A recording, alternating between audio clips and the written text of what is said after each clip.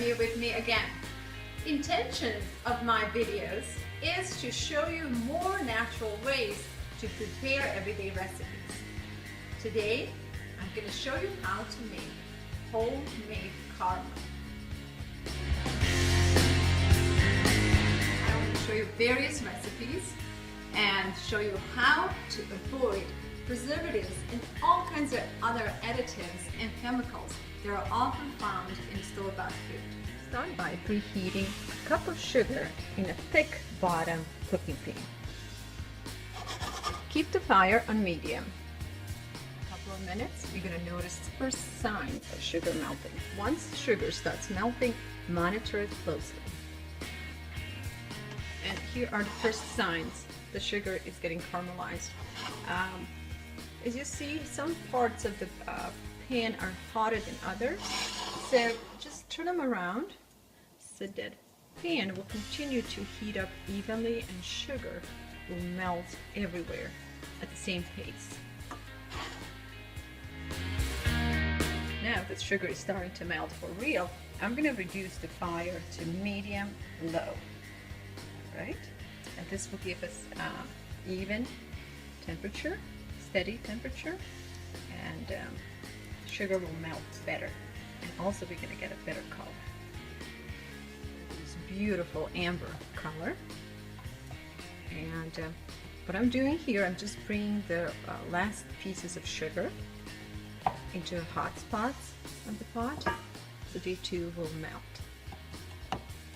Alright. Important thing is not to allow sugar to burn because we're going to lose the flavor and the color. I think we're looking good, and now we're going to add evaporated milk. While adding evaporated milk, please be careful. This process, it's tricky. I don't want you to get burned, so gradually add evaporated milk. And as you're adding the evaporated milk, continue to gently stir so that you can release the pressure from the sugar. Because in some events, sugar plates will form, and once the steam comes from underneath, you will have these little explosions and you can get hurt and burned. So now that we have sugar and milk cooking, you're going to continue to keep the fire on medium-low and wait till these two incorporate really well. Depending on temperature, sugar should melt within 3 to 4 minutes. And now that all sugar is well combined with milk, we're going to add 1 stick of butter in. I'm reducing temperature to low again, and I'm going to allow butter to gently melt.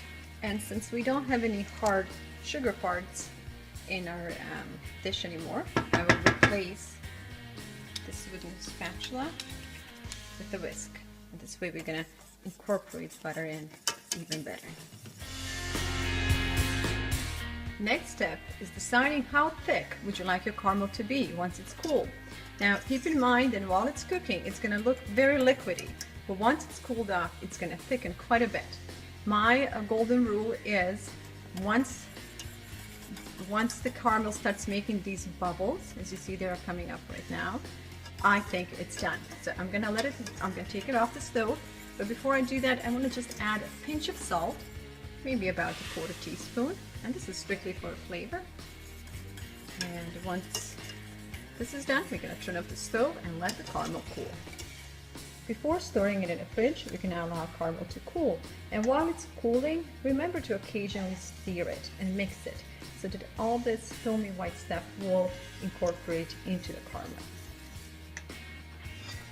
As you see, the caramel, although it's still warm, it's much thicker. And once it sets in a fridge, it will become quite thick. But my kids are impatient and they would like to try it out, so we're going to go ahead and serve it. Homemade caramel is good on almost anything, including popcorn. I love to serve it on homemade strudels and naturally on ice cream.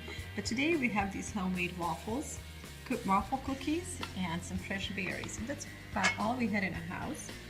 So what I'm going to do, I'm just going to stuff some of the caramel in the raspberries, like this. And ideally, It would be great if we had some ice cream, but we don't. So we're just gonna get creative with what we have. And the rest of the caramel will go in a fridge and it will wait for the next occasion. Now I'm just gonna pour some of the caramel on the waffles.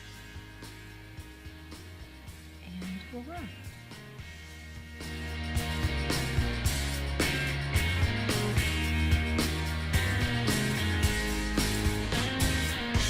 If you like this all-natural simple recipe, consider joining my channel. I definitely could use your support.